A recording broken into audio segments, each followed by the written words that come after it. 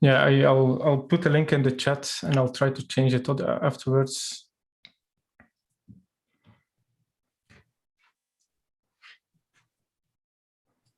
Yeah, I'll put a link in the chat and I'll try to change it afterwards. Okay, then we're live. Yeah, I'll put a link in the chat and I'll try to change it afterwards. Okay, then we're live.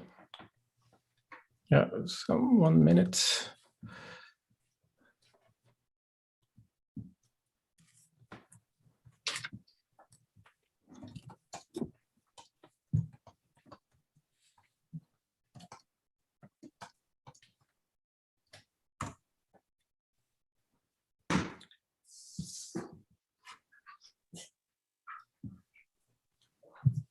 So, Kerry, while Mathieu is figuring out, let me give you a 30 seconds. It's live, we're live.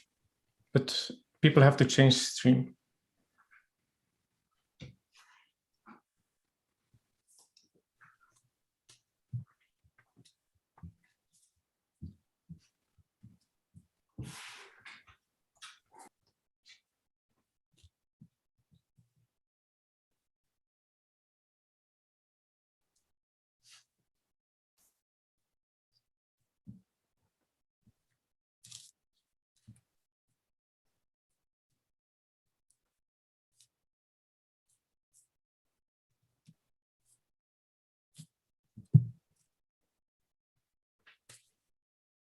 We'll wait a minute until everyone is switched to the new stream.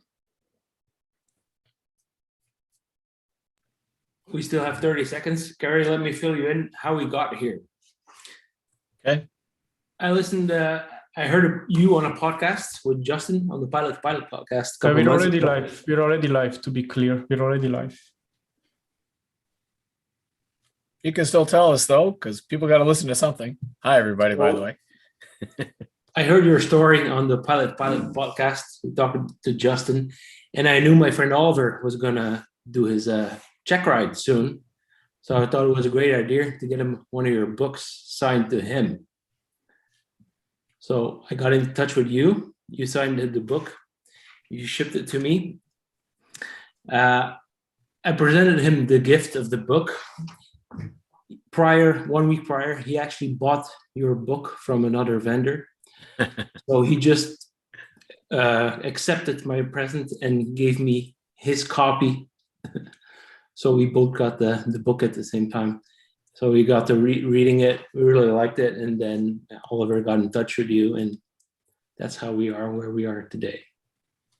Cool. Now remember, the book is not a how-to book. You're not supposed to do the things I did. You're supposed to be entertained. If you're a brand new pilot, you probably shouldn't do most of that stuff. I especially like the bag of luck versus the bag of experience equation. That's a real thing. I mean, I've come across that in my whole career of skydiving and flying, and luck plays a really important part. But the more experience you get, the less you have to rely on it.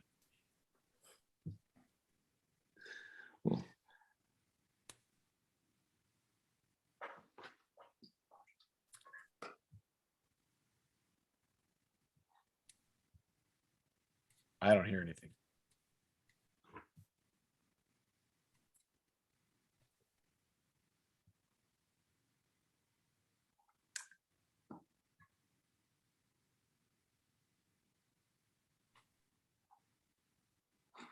Okay, welcome to the webinar. We had some technical problems at the start, but now everything should be fine and everybody should be able to see and hear us.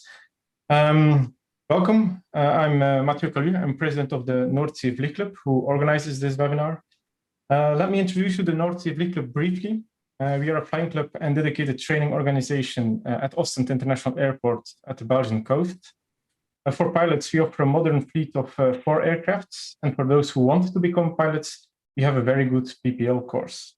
Both groups can benefit from an airport with all the facilities an international airport has to offer, such as 24/7 opening hours and professional ATC.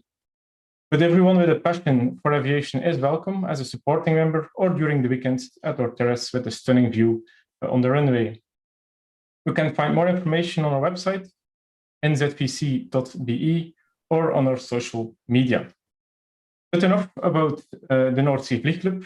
It's high time I introduce you our speaker of tonight, Kerry McCauley. You may have seen him already on Discovery Channel, but today he is with us to talk about getting small single-engine aircraft over the ocean. It's with great pleasure I give the floor to Kerry. All right. Well, thanks everyone. Thanks for having me here this evening. My name, like you said, is Kerry McCauley. I'm here to talk to you about my career as an international ferry pilot, delivering small planes all over the world. Basically, we'll start off with the definition. What's a ferry pilot? That's someone who flies other people's planes around to wherever they need them flown to. I particularly specialize in international ferry flying. That basically means if someone's got a small plane that needs to be flown over a big ocean and they're not stupid enough to do it themselves, I'm the guy they give a call to. So I got my started ferry flying in 1990, working for a company called Orient Air out of St. Paul, Minnesota, kind of by Chicago area. And I had about 1,000 hours of flight time at that point in my career, and got hired with this company. It was a friend of mine whose father owned it, and I'd been working toward that for 3 years to get to that point, because he told me about ferry flying and flying small planes over Africa and stuff, and it sounded like just the most amazing adventure in the world, and I really wanted to be one. So I finally had enough time and got hired, and I figured they'd start me off slow, you know, maybe if some ferry flights around the United States, maybe into Canada, down to Mexico. But that wasn't going to be the case. I got a call the week later and said, do you want to ferry a Beach Duchess from St. Paul to Lisbon, Portugal? And that was kind of surprising. Like, okay, right off the deep end to start with. Cool. And then I got the next surprise. I was going to be alone in the plane on my very first trip. That was kind of exciting as well, because figured I'd have somebody with me on the first one, but nope, all by myself. Well, sort of by myself. My boss was going to be coming with me, and my boss, Pete Demas, but he was going to be in a different plane. He was going to be in a Cessna 206 flying to Zurich, but I'd be alone in the plane. He was just going to be in the same airspace with me. So our route on that first trip was St. Paul to Bangor, Maine, on the east coast of the United States. That's where we cleared customs. And from there, we went to St. John's, Newfoundland. It's an island on the east coast of Canada, easternmost point of Canada. And the next leg was going to be 1,700 miles of open ocean to Santa Maria in the Azores. The Azores is a cluster of islands off the coast of Portugal. And let me tell you, the first time you take off from St. John's and look over your shoulder and watch the shoreline disappear behind you, and then you'd look all the way around and there's nothing to see but open ocean, that's kind of a gut check. That's realizing that you're really doing this.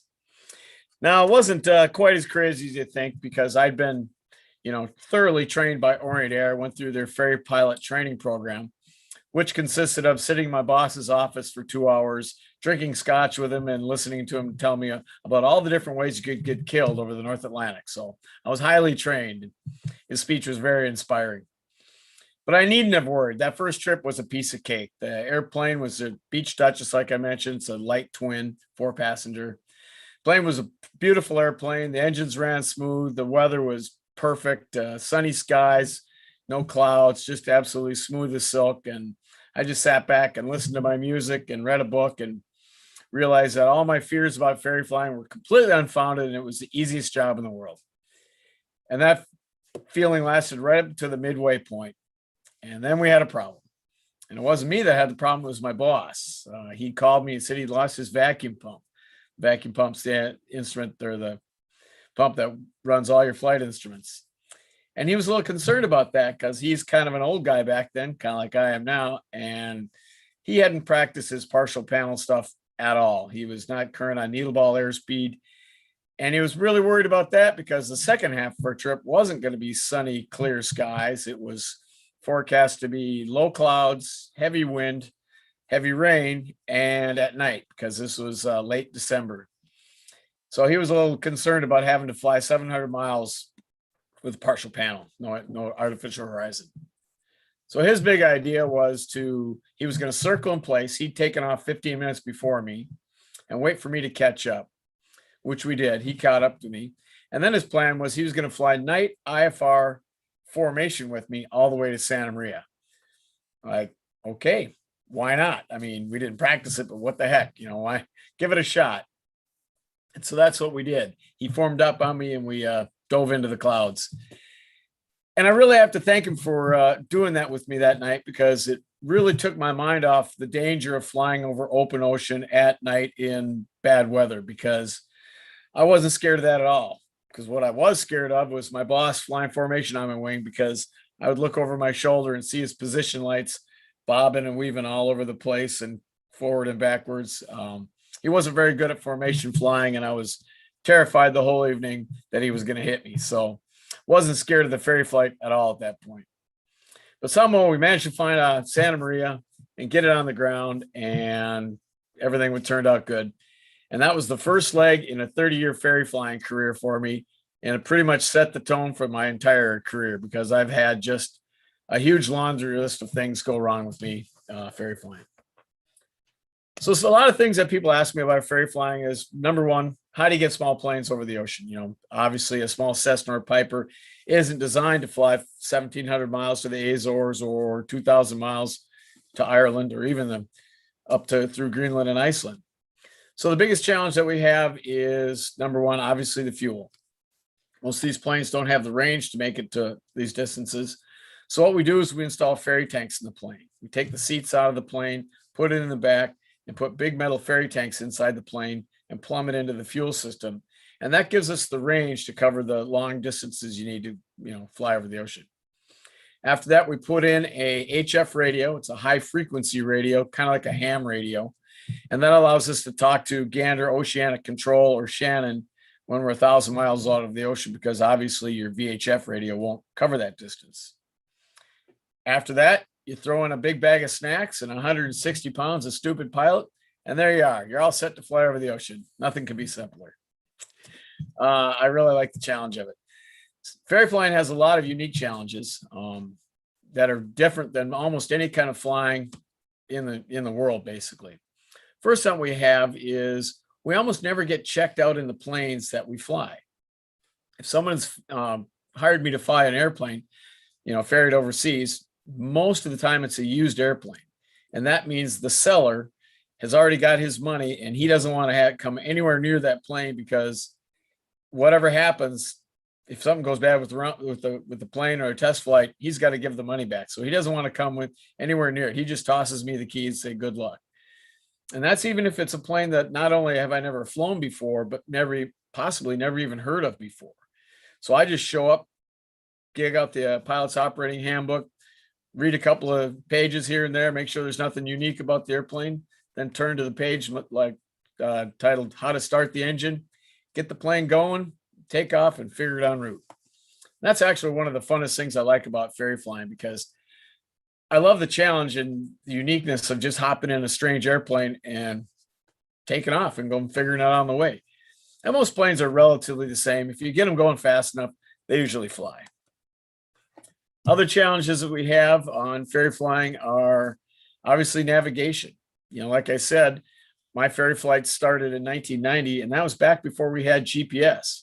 So my first 8 trips over the Atlantic were exactly like Charles Lindbergh's. I had nothing but a compass. So what we do is at Canada, they'll give us a weather briefing, give a weather packet, and a winds and law forecast for the entire North Atlantic. And we would sit down with our good old-fashioned paper map and the E6B flight calculator, plot out our great circle route, and then plot out each position with the winds and law forecast. And that's how we cross the North Atlantic. And it's kind of unique because as soon as you leave range of the last VOR in Canada, you really have no way of knowing if the winds and law forecast was accurate or not, because there's nothing to cross-reference your flight on. So if you run into unforecast headwinds or crosswinds, you won't know you're in trouble until it's way too late. Now, luckily, the Canadians are really good at weather forecasting and winds and law forecasting, but I do know a couple of guys that ran into unforecast headwinds and barely made it, and I knew a couple of guys that ran into unforecast headwinds and didn't make it. So it's always something that was definitely on our mind. The main difference in ferry flying of most other flying is when you're flying over parts of the world that don't have diverts. There's no airports to divert to. Once you cross the point of no return, you're stuck. You pretty much have to complete the mission. And the point of no return, we also call the equal time point, is the point of on your trip that once you cross that line, you don't have enough fuel to go back and return to your point of origin. So once you cross that line, whatever happens after that, you have to deal with. There's no time out. There's no land and figure it out. So when you cross that line in the Atlantic Ocean, if you run into bad weather, just going to have to deal with it. If you get icing, change altitudes, do whatever you can. Sometimes I've been forced down to 50 feet over the water to get beneath the freezing level to try to melt off any ice. If you get a line of thunderstorms, you got to pick your way through or whatever else. Excuse me. Also, if you have maintenance problems with the airplane, if you get a problem with an engine or part of the airplane, you're just going to have to deal with it and keep it going, because the alternative is ditching, and definitely don't want to ditch in the ocean. And ditching is definitely probably one of our biggest concerns, because that's where most ferry pilots get killed. Most people ask me, is it really that dangerous? And yeah, it really is. Back in the 90s, when I started, we lost an average of 3 pilots a year over the North Atlantic, and that's lost, and they didn't make it home. So I'm always pretty concerned with ditching and surviving a ditching situation. So what I do to survive ditching situations, I always wear a survival suit. It's a 1/4-inch neoprene suit that zips up and the only thing that exposes your face. You also have to have a raft, because even if you get out of the plane in your survival suit, which keeps you alive for a little while, you're going to be out in the water for quite a long time, and you better be in your raft, because otherwise you're just not going to survive. The survival suit will protect you from the cold water for a while, but not for the time it takes for someone to get you. Because once you're more than a couple hours off the coast, you're out of range of any aircraft. Helicopters can't make it more than 100 miles off coast to come and rescue you. And that means you're going to be relying on a ship to come and get you. And ships are slow, so you're probably going to be in the water for a long time. Just this last December, a brand new Pilatus Porter went down halfway between Hawaii and California, and that crew was in the raft for, I think, 22 hours. So definitely something to be concerned about.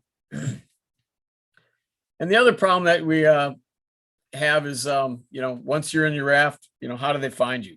I always carry an EPIRB. It's a satellite rescue beacon. Back in the 90s, I actually carried an actual ELT, an old ELT out of an airplane. Never really was too optimistic about that working, but it was better than nothing. And we carry a handheld radio, signaling device. I used to carry a flare gun, but we can't use those anymore because I can't bring them back on the airlines when I'm on the way home. So now I use a laser pointer. Carry a handheld GPS. So if I do get in contact with somebody on the radio, I can tell them exactly where I am. A couple extra space blankets to keep you warm in the raft. Maybe some water, a little bit of some candy bars or some food to help keep you warm. And that's pretty much it. Because you can't really count on getting out of the plane with much of anything. Anything I really want to have with me, I have zipped inside my survival suit. Because I assume that once I hit the water, that plane's going to flip upside down and start sinking immediately. That's my assumption anyway. So I figure anything I really want to have with me, I have in my survival suit. And then I just have to get my raft and get out of the plane with that. Now, so far, I haven't gone down yet, but I do know I've met a couple people that have ditched, and one guy was able to just step right onto the wing and didn't even get wet. Another person had to climb out of a sinking airplane. So I'm always prepared for the worst. The other thing that I do is I carry a survival kit for wherever I might go down other places in the world. Because if you're traveling from one side of the planet to the other, you've got a lot of hostile terrain that you might have to land in or crash in and survive for a couple days. And so what I do is I look at the trip that I've got and I customize my survival suit or my survival kit for that trip. Like if I'm flying from the United States to Africa, I'll start off, I have to fly over northern Canada, so I better be able to survive in the northern Canadian forest. Then if I take the northern route up through Greenland and Iceland, I have to have my ocean survival gear. Then if I'm crossing the Canadian ice cap or the Greenland ice cap, I have to have my Arctic survival gear. Then down through Europe into Africa. If I'm going to fly over the Sahara, I need my desert survival gear. And then over Central Africa, I need my jungle survival gear. So my survival kit's changing for whatever trip I'm in. Because and that I focus on that quite a bit because I always assume any plane I get in is going to try to kill me. I mean, these planes are almost always used airplanes. I'd say about 80% are used airplanes, and their maintenance is questionable. Basically, they're all planes that are being sold. And why is a plane being sold? Because it's sitting there and the owner's not using it much, and his wife makes him sell it. So he might not have flown it for a year, and then maybe it takes a year or so to sell it. So by the time I show up, that plane might have sat for 2, 3, up to 10 years. Now they all have a current maintenance inspection, but they can't find everything. And as you know, the worst thing in the world for a plane is to have it sit there for a number of years and not fly. So when I show up, I give it the best look over I can, best pre-flight, cut apart the oil filter to make sure it's not making metal, and then take off and hope for the best. And I've had a lot of stuff happen to me with these planes. I've had to change alternators, vacuum pumps, tires, windshield. I was in Greenland one time and blew a valve cover gasket. And it was going to take over 2 weeks to get a new gasket. So I had to make a valve cover gasket out of cardboard. I basically took the old gasket that had broke apart, traced it out on the cardboard, and cut it apart with the scissors, and made that. And it lasted long enough to get me to Iceland. So sometimes you have to be pretty self-reliant to ferry used airplanes around the world. And then there's the other main challenge in ferry flying, and that's fatigue. A lot of these trips, a trip to Europe usually takes me about a week, and that's on the shorter end of ferry flying. Africa, Middle East, and the South Pacific, that could take up to 2 or 3 weeks. And these are long days, and they're really long days because we're always by ourselves. The main goal in ferry flying is to get the plane moved as economically and cheaply as possible for the customer. And that means single pilot. We don't have enough money, to pay another pilot, to put them up in hotels, feed them, have all the fees associated with it. So I'm almost always flying by myself. And that means long days of just you. Our typical day is I'll get up at 4 o'clock in the morning, get out to the airport, try to get off the ground before sunup, fly all day, which an easy day is 8 hours of flying, can be up to 15 hours, and get to the ground. By the time you land, especially if you're going eastbound, you've gone through multiple time zones, so it can be late at night. Get the plane fueled for the next day, go through customs, pay landing fees, all that stuff. Try to get to the hotel, find a place to sleep. There's usually nothing open, no restaurants, so you're eating out of your snack bag, and then try to get some sleep for the next day. And good luck getting some sleep in the hotel. Usually by the time I get to the hotel, I'm still jazzed from a whole day of flying. My adrenaline's still going. My ears are still ringing. I'm still tingling from 10 hours in an airplane. And then I can't, stop thinking about the next day's challenge. I mean, the next day I might be flying over the ocean or the desert or the jungle. Either way, no matter what, it's going to be a challenging day of flying. So it can be very difficult to get to sleep that night in the hotel. Now, luckily, it's super easy to get to sleep the next day in the airplane. Very easy to fall asleep in the plane, which is one of the big challenges, not sleeping in the plane. I do a lot of things in the plane to stay awake. I do exercises in the airplane. If I can sit sideways, I'll do sit-ups, I do isometrics, keep the blood flowing. Listen to a lot of music, sing along to the music, drum on the instrument panel, play a lot of air guitar. It helps to practice air guitar. I've gotten pretty good at it, actually. Kind of a whiz. Then I also drink a lot of diet sodas and coffee in the plane to help keep me awake. The caffeine really helps. Now, of course, if you're going to spend all day in a small airplane drinking coffee and diet soda, eventually science is going to take over and you're going to have to use the facilities. And these small planes aren't like a 747. You can't walk in the bathroom, go to the bathroom. So you have to do something in the cockpit. Now, when I started, my boss always told me to bring along a small plastic jug or water bottle and pee into that. But I never cared for that very much because I hated walking into an airport carrying a jug of something that's obviously not apple juice. So I developed the Ziploc baggie method. Basically, I bring along quart Ziploc baggies and urinate into that. And that way you're not uncomfortable all day. And it's nice, easy package. You're going to always want to use 2 Ziploc baggies if you ever use that. Trust me on that one. but it's a nice package. You get rid of it, put it in your garbage bag, piece of cake. Or if you're lucky enough to be in an airplane where the window opens up, you can just open the window and check it out. All done. Super. Now, of course, when I'm flying over the ocean, I would save my pee bags for targets of opportunity, ships, see if you can hit them. Now, I don't think I ever actually hit a ship, but if I did, I'm really sorry. So other things I do in the plane is sometimes I catch small catnaps. When you're out over the ocean, there's not much to hit. So if I have a plane that has a good autopilot, I used to have a small pilot's watch that had an alarm on it, and I would stick it inside my headset, set it for 5 minutes, and I catch little tiny naps. You'd be amazed what a little 5-minute nap will do. Helps a lot. But the other things you have is just the big emergencies I would run into, and there were a lot of them. I had a lot of unique emergencies, in-flight emergencies over the years. I got struck by lightning in a 206 while flying over the Atlantic off the coast of Portugal. Burned a big chunk of the prop off, burned some holes in the plane, and scared the heck out of me. I have no idea how I didn't turn into a million pieces of aluminum confetti.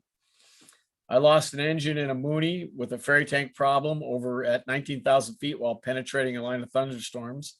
That was pretty exciting. Had to dead stick out of there. One night I was ferrying a 210 from Morocco down to the Ivory Coast over the bulge of the Sahara, and I lost my alternator.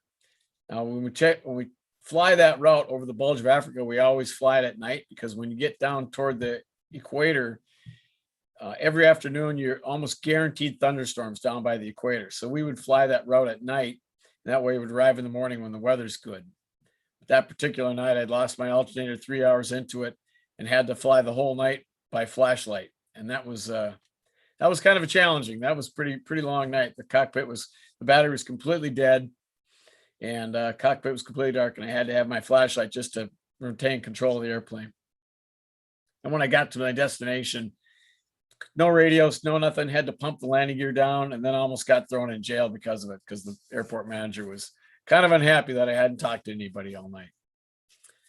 But I think one of my biggest challenges had been I was ferrying a F-33 Bonanza is a brand new plane from the factory in Wichita, Kansas, central U.S., to Paris, France.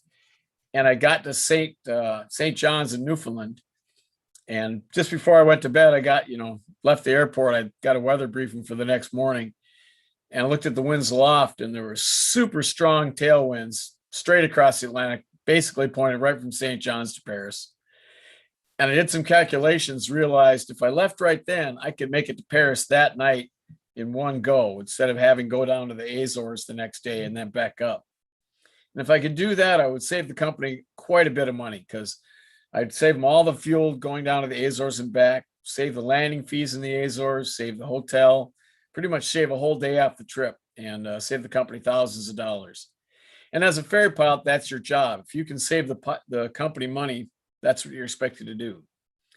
Now, the fact that I was personally going to get a whole extra night of partying in France had nothing to do with it all with my decision to just go ahead and straight across. I was only thinking of the company, not myself at all. I swear to God. So that's what I did. Instead of going to the hotel, I just hopped right back in the plane, shot straight across to Paris. And about 4 hours into that flight, the wing tanks, I'd run the wing tanks pretty dry. I turned on the ferry tank to start moving some fuel from the ferry tanks out to the wing tanks. And the fuel wasn't moving. And that was a big problem, because I was literally right in the middle of the Atlantic Ocean and only had maybe a half hour left of fuel in the wing tanks. And that wasn't nearly enough to get me back to Canada or to Paris or even to Ireland. I was pretty much stuck right in the center of the Atlantic Ocean, and I needed that gas. That was essentially my Apollo 11 moment. But I was even in a worse situation because I didn't have NASA to back me up. I had to figure this out on my own. And I was literally the most lonely person in the world that night, because I was 500 miles from the nearest shore, well, more than that, from Ireland.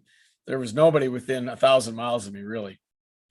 So I sat there and looked at that tank and figured, how am I going to get this, fuel moved? A little background on the ferry tanks. The way the ferry tanks work is we've got the ferry tank in the cabin, and gravity alone will not let that fuel go out to the wing tanks, because the wing tanks have a little bit of pressure in them. So we need to put air pressure and pressurize those tanks. And that's what forces the fuel out to the wing tanks. And to pressurize the tank, what we do is we have an air line that runs from the top of the tank and we route it down through the belly, drill a hole in the belly or in an access panel in the belly. And then we mount a J tube that faces the direction of flight. And basically the ram air goes through that J tube up through the air line into the tank and pressurizes the tank. And something had gone wrong with that J tube, and I figured I knew what it was, because normally we mount that J tube real secure through a hole in the belly with a nut and a couple nuts and a washer. But this was a brand new airplane, and my boss didn't want to drill a hole in a brand new airplane. So he put that J tube through an access cover sideways and tightened it down, tightened the screws down as tight as he could, and then used about a half a roll of duct tape to hold it in place. Kind of a jury rig situation that him and the mechanic thought would work just fine. I wasn't really happy with it, but I deferred to their experience and I tested it out from St. Paul to St. John's. It worked for 2 days, so I had no reason to think it wouldn't work. And that was kind of my big problem. That night, I should have tested it early before I was out of range of Canada, but I was young and invincible, as all 25-year-olds are. Nothing's ever bad's ever going to happen to you. I was cocky because I've been ferry flying for a couple of years. And I thought I was getting pretty good at it, and complacent. So young, cocky, complacent, all the things that you don't want to be if you want to have a good long career as a ferry pilot. And I'd really got myself into a jam. So I sat there and looked at that tank, figured, how can I get that pressure into that tank? And I looked at the hose. I figured, if I can blow up an air mattress, maybe I can blow up a ferry tank. So I unscrewed the line and put it in my mouth and just started blowing. And I blew for about 10 minutes or so until pressure built up, capped it off with some more duct tape. And sure enough, some fuel moved. Awesome. I figured out a solution. I'd moved a little bit of gas. Maybe I wasn't going to die that night. And I did some calculations and realized I'd only moved a couple of gallons of fuel. And then it's more calculations, figured I'm going to have to blow in that ferry tank literally all night. And that turned into definitely the longest night of my life. Because I neglected to tell you one minor thing. The winds aloft that were helping me go from St. John's to Paris were only at 15,000 feet and above. So I was at 15,000 feet blowing into this tank. And no, I didn't have any oxygen. So I was immediately super hypoxic. Now, typically when I'm ferry flying, I fly at high altitudes without oxygen quite a bit for a couple of reasons. Number one, I can't bring oxygen with me because you can't bring the bottles back with you on the airlines. Now, if the plane I'm ferrying has oxygen, sure, we'll fill up the tanks, but that's usually the exception, not the rule. But I always fly as high as I can for a couple of reasons. Number one, planes perform much better at higher altitudes. And usually if you're crossing the Atlantic, that's where the better winds aloft are.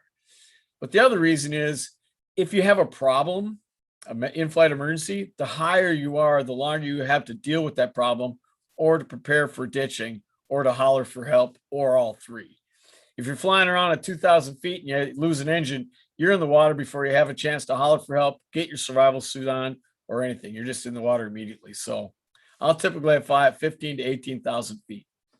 And I'm pretty good at high altitudes at that, maintaining, a good mental state at high altitudes, as long as I'm sitting still.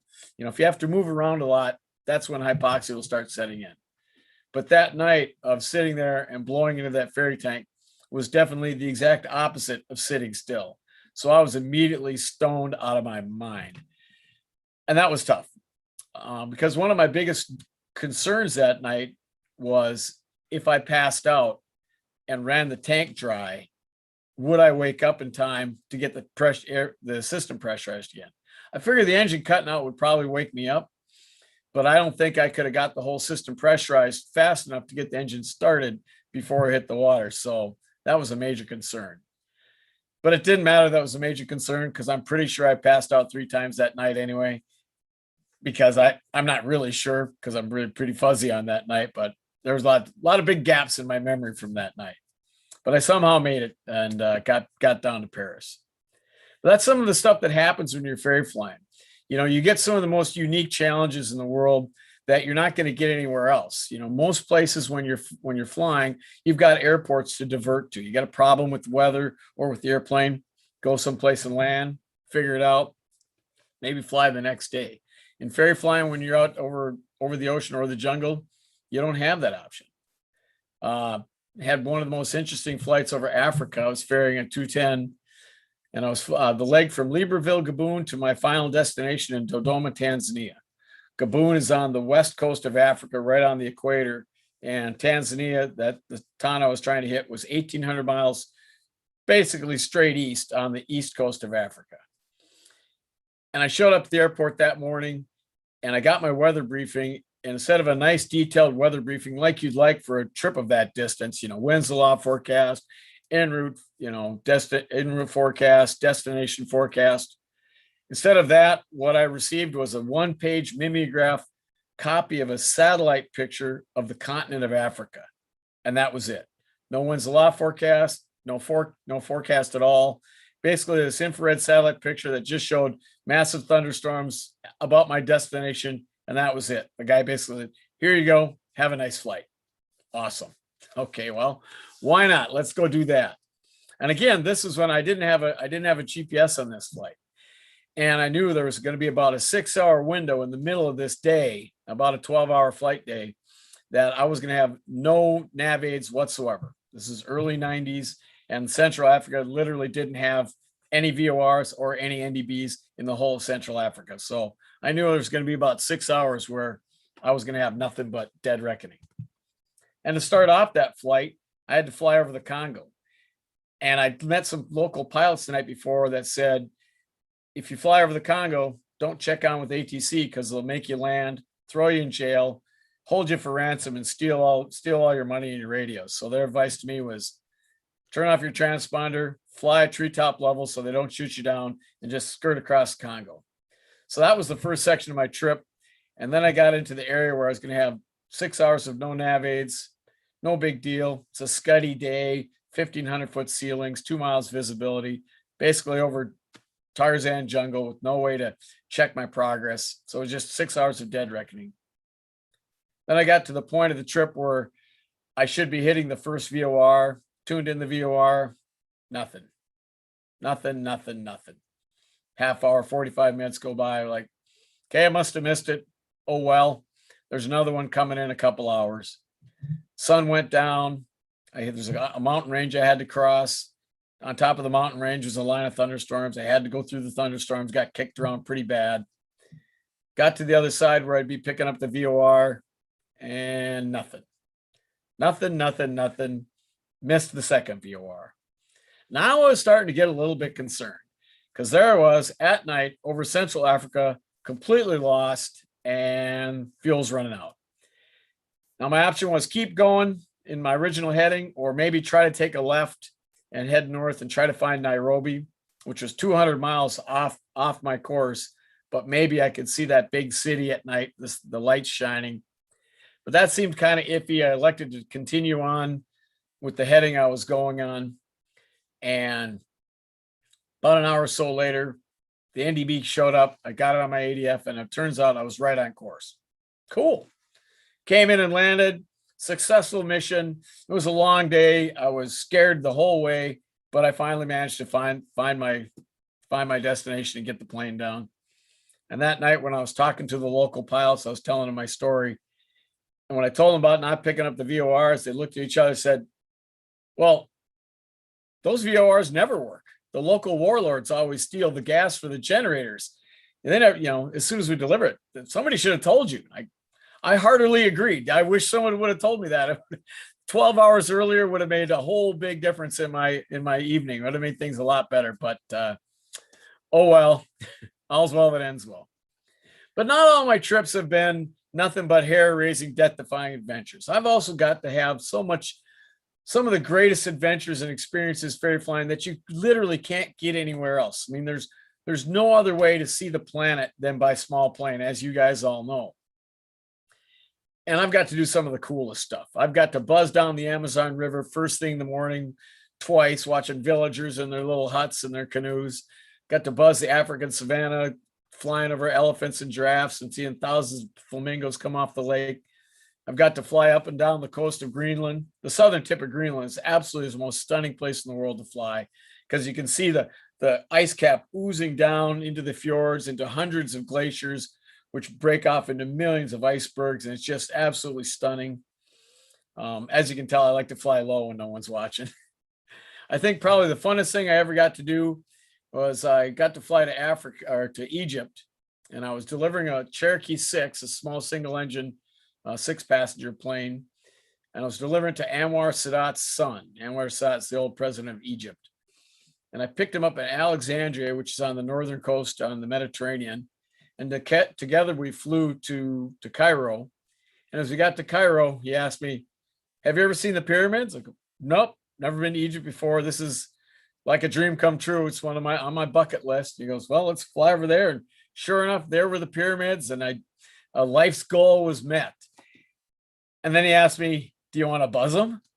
Like, well, yeah, can we? Like, not at all, but I'm Anwar Sadat's son. I can do whatever I want. So handed me the controls, and I buzzed the crap out of the pyramids 3 times, right over the Sphinx, below the tops of the pyramids 3 times, both of us laughing like squirrel girls the whole time, just having a heck of a good time.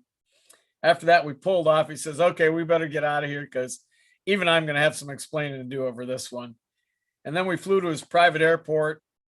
And as we set up on final, I looked and like, "Hey, well, there's a couple hundred kids playing soccer on the runway." He goes, "Don't worry, they'll move." I'm like, "Okay, sure." And sure enough, as we came in, the kids just parted like the Red Sea as we came in and landed, and they folded in right behind us. And just some of the damnedest things you get ferry flying. And I've just been truly blessed to have all these great adventures. And I think probably one of the biggest things that I love about ferry flying the most is the people I meet, and then the pilots. I try to avoid the big airports if I can. I love landing at the small airports, because what are at small airports? Bunch of degenerate pilots like you guys sitting on lawn chairs, grading landings and talking smart. And they're always just, no matter where in the world I go, pilots are the same, and they're always super friendly. They want to hear about all my adventures flying from the United States. Often they'll take me home, take me out to dinner, drinks, try to get me drunk and try to get them to marry their daughter and take her back to the United States. That's happened twice. Just a lot of fun. The aviation community is a tribe, and you guys, as you know, pilots are the best worldwide. So I've had a heck of a lot of time, a lot of fun, and a lot of great adventures. Typically I would come home from a trip and I would tell my friends and family about what I'd done on that trip, and they were always nodding very politely and listening to my stories. But after a while, they said, "You know what you should do? You should write these down so we could ignore you from afar rather than right to your face." So I finally got around to doing that during the COVID lockdown last year, finished my book and published it. It's called Ferry Pilot, published it last July. And it's done great. I've been just totally shocked that people enjoy it. I mean, my mother always told me I was a good writer, but who can trust their mom? But it's been #1 on Amazon's bestseller list for the aviation biographies for 16 weeks. And I'm just really happy that that's gone well. And I love sharing these stories, but I love sharing the lessons that I learned along the way with pilots like you guys. The lesson of, if you've got time to panic, you've got time to do something more productive in an emergency situation. So that's the main lesson that I want to convey with the book and all these speeches. Always keep fighting, always keep swinging. Even if there isn't a way out, keep swinging as if there is, because you never know when you're going to get lucky and get out of that really crazy situation. So that's pretty much it. I'm still ferry flying, not as much as I used to. I'm trying to quit the ferry flying habit, but I've got this medical condition. It's called can't say no-itis. And people keep talking me into doing stupid stuff like flying small single engine airplanes over the Atlantic. But yeah, I'm really trying to cut it down, because I really think I've used up my fair share of luck. In my 30-year career, I've flown over 50 types of airplanes, landed in 60 countries, landed on every continent except Antarctica. And that is on my bucket list. I'll make that someday. And just had a heck of a good time. Nowadays, if I'm not flying small planes over the ocean, I'm jumping out of them. My main job is I run a skydiving school in Minneapolis, and I make about 600 or 700 skydives every summer. and then I fly some corporate. I typed in Citation 650. So boring jet flying, which is kind of fun, but not nearly as exciting as flying a small plane over the Atlantic. So with that, if you guys got any questions, I'd be happy to entertain them. Hey, Kerry, this is Wim. We got a couple of questions in. First of all, when planes are sold as is and are to be ferried across the Atlantic, how thorough is your pre-flight check, and do you have a list that you always go to check out every plane before you get into it? Well, the pre-flight that I personally do is as thorough as I can make it. I pretty much open every access panel that I can up, obviously take the cowl off. I cut apart the oil filter to make sure there's no metal in the oil. But there's only so much you can do. You know, I don't crack the case. I don't bore scope the cylinders. You know, there's not much I can do there. You know, they almost always have a fresh inspection. But I just look it over as thoroughly as I can and start flying. My first flight, I'll usually circle the airport and I'll look at my shadow to make sure I'm not leaving a trail of smoke. Hopefully my first couple of legs are over land with lots of airports, but that's not always the case. There's sometimes my first leg is out over the ocean. So just deal with what you find. Okay, so what about the ferry fuel tanks? So you unbolt the back seats, you throw them in the bag in the luggage compartment, then you install metal fuel tanks in the back seats. What does that do with the weight and balance of the airplane and the performance of it? Well, it affects it a lot. When we're using ferry tanks, we're allowed 25 to 30% over max gross. So the planes are super heavy. And back in the 90s, we were allowed 2 inches of aft CG, but they took that exemption away because too many pilots were getting killed. Because when you've got a plane that's 30% over max gross and 2 inches aft CG, it can be very unstable. And you really need to keep your speed up on takeoff and basically throughout the entire flight. If you get too slow and stall it, you won't recover. And that happened to a lot of guys, so they got rid of it. But you'd be amazed at how well these planes will haul that heavy load. I know a lot of pilots are concerned if they're 5 pounds over the max gross weight. I'm like, whatever. I've flown planes that are 30% over max gross, and it's just like not a big deal. They're really slow. You got to be really careful on takeoff, and but they'll haul it. Yeah, I imagine there's a certain margin engineered into it that we just take advantage of, and we're not supposed to. Yep. I'm not encouraging you to overload airplanes. Just saying, if you accidentally do, it'll still probably fly, but just be careful. What if we were crazy enough to start on a career as a ferry pilot? How and where will we start? Well, first of all, obviously you have to get experience just in regular flying. You know, get as many hours as you can. Got to have your commercial license, obviously, and then instrument multi-engine is best. It's tough to get started because most insurance companies won't cover you on an ocean leg unless you've already flown an ocean leg. So it's kind of that catch-22 chicken and the hen. How do you get experience without a job? And you can't get a job without experience. So almost every time you've got to find another ferry pilot to go with. So if you get hired in a ferry company, they'll send you with somebody and you sit with them for a couple of trips, maybe until you've got enough experience to go on your own. When I started, we had, I was lucky enough, they were a little easier, and my bosses had a good reputation with the insurance company that if he said a pilot was good to go, they kind of trusted him. Literally, only my first trip that I have anybody with me, even in another plane. My very next trip, I was completely by myself in a 182 from the United States to Rome, Italy, and there was no one with me on the trip at all. They just sent me off. So sounds a little crazy and kind of is, but that's what we did back then. But these days, you pretty much have to get in with a ferry company and they'll take you under their wing. What's the smallest airplane you ever flew across the Atlantic? Smallest is kind of a toss up between a Cessna 182 and a Piper Arrow. I don't know which one you would consider smallest, but they're both pretty small. Biggest I ever flew was Beech 99. It's a twin turboprop, 19 passenger. And that was kind of a crazy one because I had no idea what a Beech 99 even was. I had almost no multi-engine turbine time, never even seen that plane before, obviously. And they just flew me to Finland and say, here's a big turboprop, fly it to Canada. I'm like, okay. Took me a couple of days to figure out how to fly the damn thing, but I made it.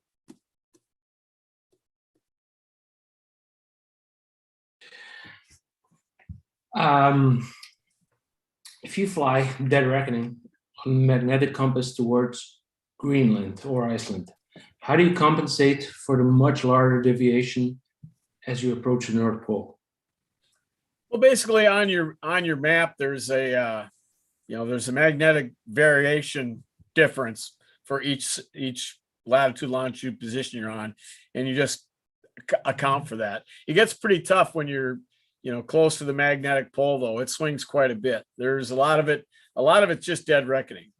And the other interesting thing is when we put the big metal ferry tanks and the HF radio in the plane, we have to adjust the magnetic compass on the instrument panel. We basically swing the compass because with all that metal and electronic gear in there, it makes the compass read wrong. So we always have to go to compass rows. And if you've ever taken apart your compass, it's got a couple of adjusting screws on there, and you'll have to kind of tune it in to make it read correctly. But a lot of it with that big variation up by the North Pole is a lot of it's just dead reckoning, and hope you find it. Hope you pick up that nav aid. With the advent of GPS, things got a lot easier. Yeah, I imagine that made the ferry part life a lot simpler. We've got a question here. Every time you get into a new airplane, a type of airplane they never flew before, do you need a little check ride with an instructor, or you're just good to go with your license? I never got a check out from an instructor or basically anyone. Because the seller, he doesn't want to have anything to do with it. And so I basically will get in there, literally get the pilot's operating handbook out, look at any interesting emergency procedures, fuel management stuff, if it's got multiple fuel tanks, and then get it started. I look up the V speeds, make sure I know what the stall speed are, single engine, best glide speed, stuff like that. But it's usually just me figuring out how to fly the dang thing. That's amazing. Every time we want to get into a new type of aircraft, we always need to take a check ride with an instructor to take us through basic maneuvers, stalls, get familiar.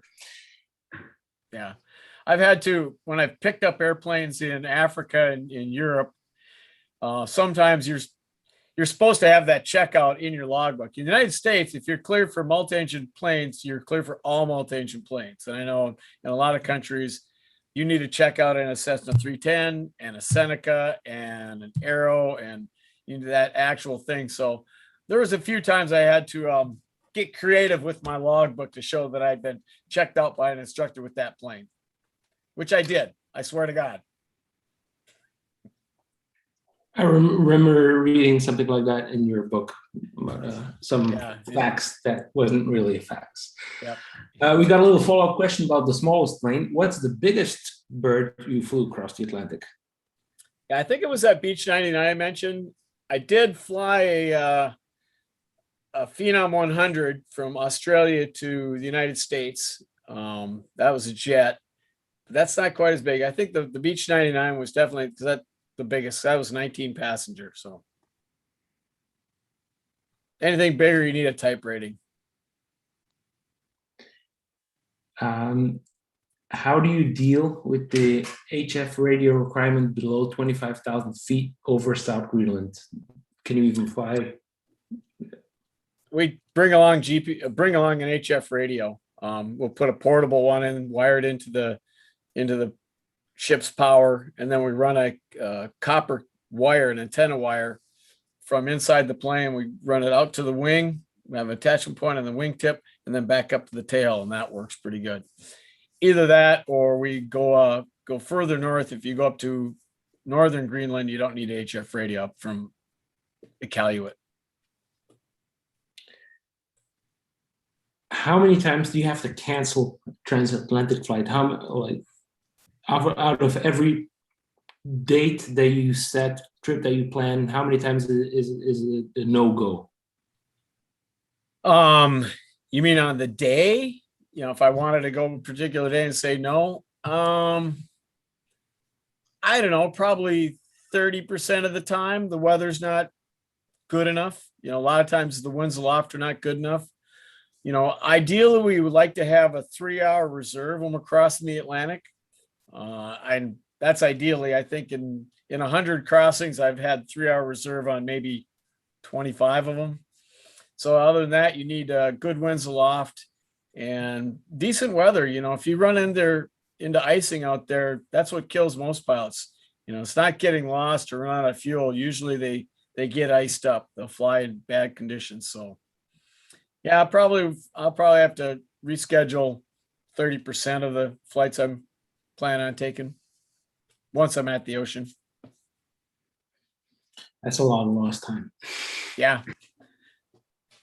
Usually it's just a day, but I've sat in St. John's for 4 or 5 days one time, waiting for good weather. Just nothing you can do about it. The winds are the winds.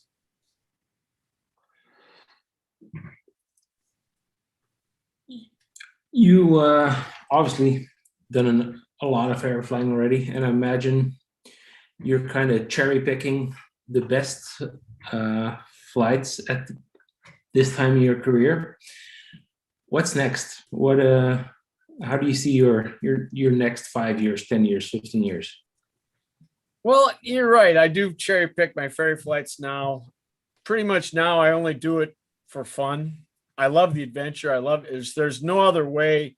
There's no other type of flying in the world. There's no other way you can actually just go out and hang it out there. I mean, everything else in society is so safe and so bubble wrapped, and you're just, there's hardly any challenge left out there. So I still do the ferry flights that I like. If it's a really cool plane that I want to fly, or it's going to a really cool destination, then I'll go do it. Otherwise I don't bother. What I really want to do in the next 5 years or so is I want to fly to Antarctica. My personal plane is a Beech Queen Air. It's basically the piston version of a King Air. And I want to, the trip I've got planned is I'll go from the United States down through the Caribbean, which I love. The flying in the Caribbean is phenomenal. There's so many great islands and they're all just amazing. And the weather's perfect. Caribbean is by far my favorite place to fly. Go through the Caribbean, then down the east coast of South America, touch down in Antarctica, and then I'm going to fly back up the west coast of South America through Central America and back up to the US. That's the trip I really want to do.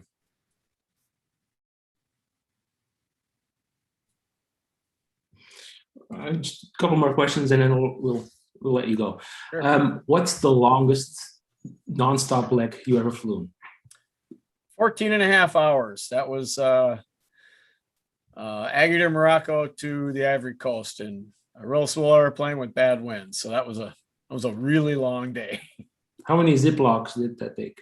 That was probably 4 or 5. Because I drink a lot. Once you learn how to do that, there's no sense in dehydrating yourself. And so that's 10 because you double bag them. Huh? Got a double bag and carry a lot of them.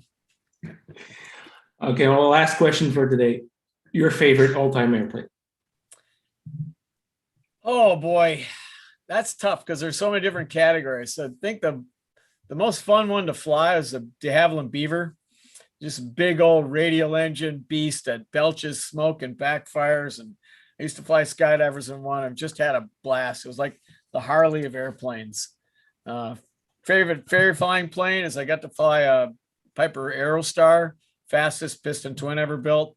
And that thing was a rocket ship. That was a lot of fun. I really enjoyed that. We have a member in our club that did a couple of 100 hours on Beaver and floats in Alaska. Oh, fun. Yeah. Many years ago. Yeah. I only flew on the Beaver on wheels, but that was a lot of fun. I mean, you can get that thing flying so slow. It's crazy. It's a good time, but The one we flew was pretty beat up, pretty rough looking, which I loved. It's just I love just beat up old planes, and I love the challenge of it. I think all skydiving planes are beat up. Not our caravan. We use a caravan for our skydiving operation. It's pretty nice. Well, it's mostly nice. It's a little beat up inside. Skydivers are not careful inside airplanes. They break stuff a lot. Are you still up for a couple of questions? Because Sure, I got time. Perfect. What's your favorite mid-Atlantic fuel stop and why? Mid-Atlantic? Well, there's only really, I've never been to Bermuda. We don't go up through there. Really, the mid-Atlantic one is in the Azores, and that's kind of nice. But I really like Greenland. Greenland is cool. The southern tip of Greenland is just beautiful. And Transatlantic has got a great restaurant, great little bar, a lot of fun hanging out there. It's real pretty. It's one of the exotic places in the world. It's one thing I like about flying and, ferry flying. I love going to places that aren't your norm. That's why I like Africa so much, and the Caribbean and South America. But Transatlantic, Greenland is, when you land there, you realize you're not in Kansas anymore. You're out doing it. Real flying. Yep. Do you have an Eleanor plane, the aircraft that you never got to ferry, but you really want to ferry that airplane across the Atlantic? Oh, love to ferry a DC-3 across the Atlantic. That would be cool. Like the old guys did in World War II. It's just some big old radial engine planes, and with nothing. I'd love to learn how to use a sextant like those guys did. You go up in the bubble and shoot star shots and do it like the old guys did, because it's kind of weird. Charles Lindbergh did it with just a compass, and then they got sophisticated and they started using sextants, and then they got away from sextants and they had internal navigation systems. But then when I came along, we didn't have any of that stuff, so I basically went back in time and did it harder like Charles Lindbergh with just a compass. And I'm probably one of the other guy in our company, we're still flying back then, we're probably one of the last people to fly the North Atlantic with just a compass, because when everyone else was transitioning over to GPS, my boss was still a little cheap, and so we were still using nothing but compasses while the guys had GPSs. So I might be the last one who ever did it on purpose, or unless you just turn it off, I suppose. What about the Discovery show? Will there ever be another season? I kind of doubt it. They did the 2 seasons and it was really popular. They're still showing it in the United States and around the world. But we had a cameraman get killed in Africa, and that kind of scared the Discovery Channel, which is really a shame, because people really like it. And, I still get mobbed by fan all the time. Singular one. Literally tens of people around the world know who I am. But I'd love to do it again. It was a lot of fun. Taught you a lot of patience. It's actually kind of scary too, because having all the cameras in the cockpit filming everything 24 hours a day for a whole ferry trip, you do realize that anything you do wrong, everybody's going to see. They're going to see every stupid mistake you make. So better hope you're good. And remember it forever. Yes. And bring it up. Have you ever been approached by people asking you to take some illegal cargo with you? No, not really. I mean, my boss, we did smuggle airplane parts back in the 90s, no drugs though, but it would be super easy. But we had a lot of parts in the plane that we didn't actually go through customs with it. So there's a little bit of that going on, but nothing bad. But literally it would be so easy to smuggle drugs around as a ferry pilot, because when you go in there, customs never looks in the plane. They're going, really? You're flying that from the United States? They just want to ask a bunch of questions. And I think I've only had the plane inspected once in Brazil, and they were training some guys. Yeah, I know those guys in Brazil. They even check the expiration date on your fire extinguisher just to yeah. Better have your stuff together when you go to Brazil, that's for sure. Have you ever had any problems with like health checks? Countries you need your shots for, you need special clearance. Well, kind of a thing. When I started with the company, you're supposed, if you're going to Africa, you got to have a whole bunch of shots. You're supposed to have this. And my boss was too cheap to actually do the shots. So he had gotten a hold of blank immunization cards, and he would just write in that you had shots made. And he took a US 50-cent piece and made a stamp out of it, made it look official. So I had a fake immunization card. So I was flying around Africa with no shots at all, but it said I had yellow fever, malaria, and all this other stuff. So I probably really should have got the shots, but I never did. Oh, I guess you were never there long enough to get. You never know. Yeah, I went back in the 90s. It was kind of the tail end of the cowboy period, 70s and 80s and 90s. Ferry flying was pretty cowboy. Everybody just did whatever you could to get away with stuff, and that's how you moved airplanes, fast and loose. Given a choice, would you prefer a long legged flight or many flights a day? I like one long flight. That's why I love flying with ferry tanks. You don't have to stop every 2-3 hours and get fuel. I love a nice long, just get up and go, not waste time landing and taxiing and getting fuel and stuff like that. That's my preference. Butt gets sore though. Well, you can get a sheepskin under your butt for that. Ferry flight or skydive? Oh boy. I have to say ferry flight because I just skydive so much more. I get to skydive a lot, and I don't get to do too many ferry flights. I haven't made a ferry flight in a year because of COVID, and I really miss it now. I'm kind of looking for a new one. Got one maybe coming up.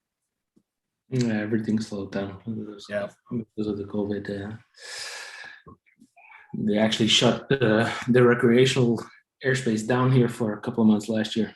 Yeah, that's the problem. It's even if you go someplace, everything's shut down, so it's not any fun anymore. So at least we're still skydiving.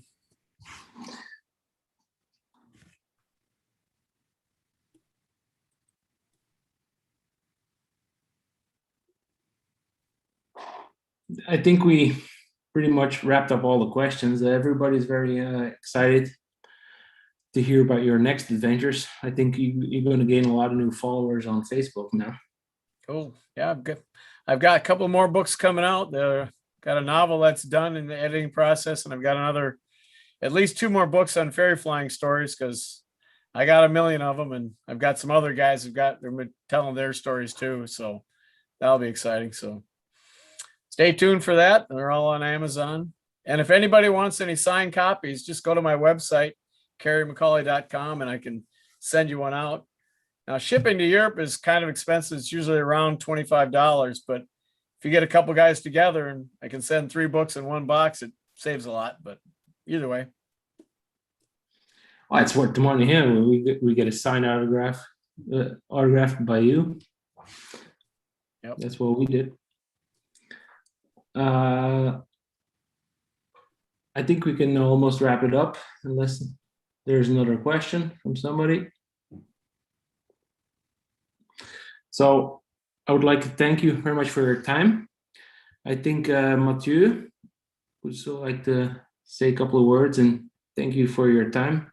So I imagine he'll log in right now.